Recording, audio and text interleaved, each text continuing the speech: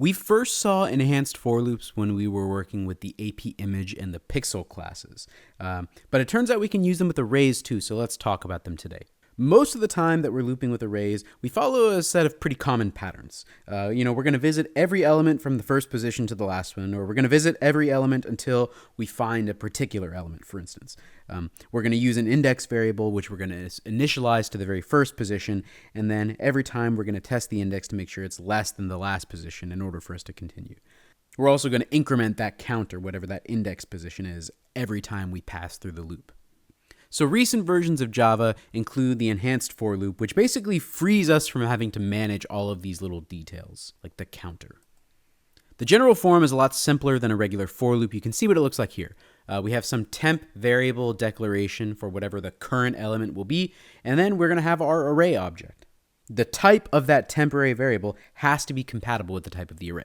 As an example, suppose we had some string array called names. Well, I could iterate through that entire array saying, okay, call the current element this name, and then I could treat that element before moving on to the next one. If you want to see how much that simplifies the code, just compare it to this alternative. Compare it to the regular for loop version of that code, which is futzing around with all the index and the condition and the increment and all of that. This is way simpler. Let's see how exactly it would work with an example of a one-dimensional array, which we've talked about, and a two-dimensional array, which we'll officially treat a little bit later. Here we can see we've got an array ABC, which has 2, 3, and 4 in it. It's an array of ints, and we want to sum the elements.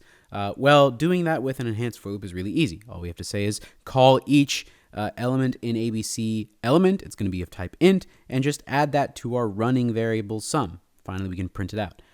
With the two-dimensional array, we'll see in the future that we can think of a two-dimensional array as sort of an array of arrays. So we'll have one enhanced for loop iterating through the rows, getting a single row for us, and then we'll use another enhanced for loop to iterate through each row, calling each individual element in that row element.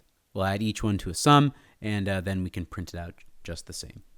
Just again, the key thing to note, every time we pass through the loop, the current value in ABC is stored in whatever temporary variable we declare inside the enhanced for loop.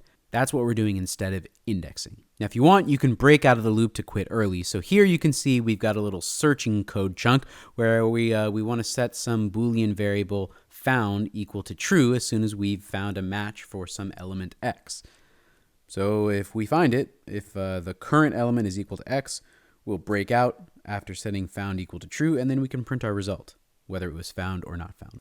So hopefully by now you're convinced enhanced for loops are definitely easier to write than a standard for loop with an index and all of that. It's less error prone because you're not going to make a mistake with your bounds or anything like that. But you can't use an enhanced for loop to do a bunch of things. You can't move through an array backward. You can't do anything that requires you to assign something to a particular position in an array because, again, we've got no counter. We've got no control over the positions. Can't track indices, and you can't access any element in the array other than the current one on each pass. If you want to do any of these things, or if you want to work with a partially filled array, where the logical size is different from the physical size, you really want to use a traditional indexed for loop. But if you know you're going to do the same thing to every element in the array, you don't need any control over the index, and you don't need any control over which direction you iterate through the for loop in, well, then an enhanced for loop is probably the best bet for you. Before we close up shop, the big things for today, make sure you can translate between enhanced for loops and regular for loops with great ease, and make sure you can explain why an enhanced for loop is nice, what benefits it has, but also what problems, what challenges it presents, and when you might decide to use an enhanced for loop as opposed to a regular for loop. That's it for today.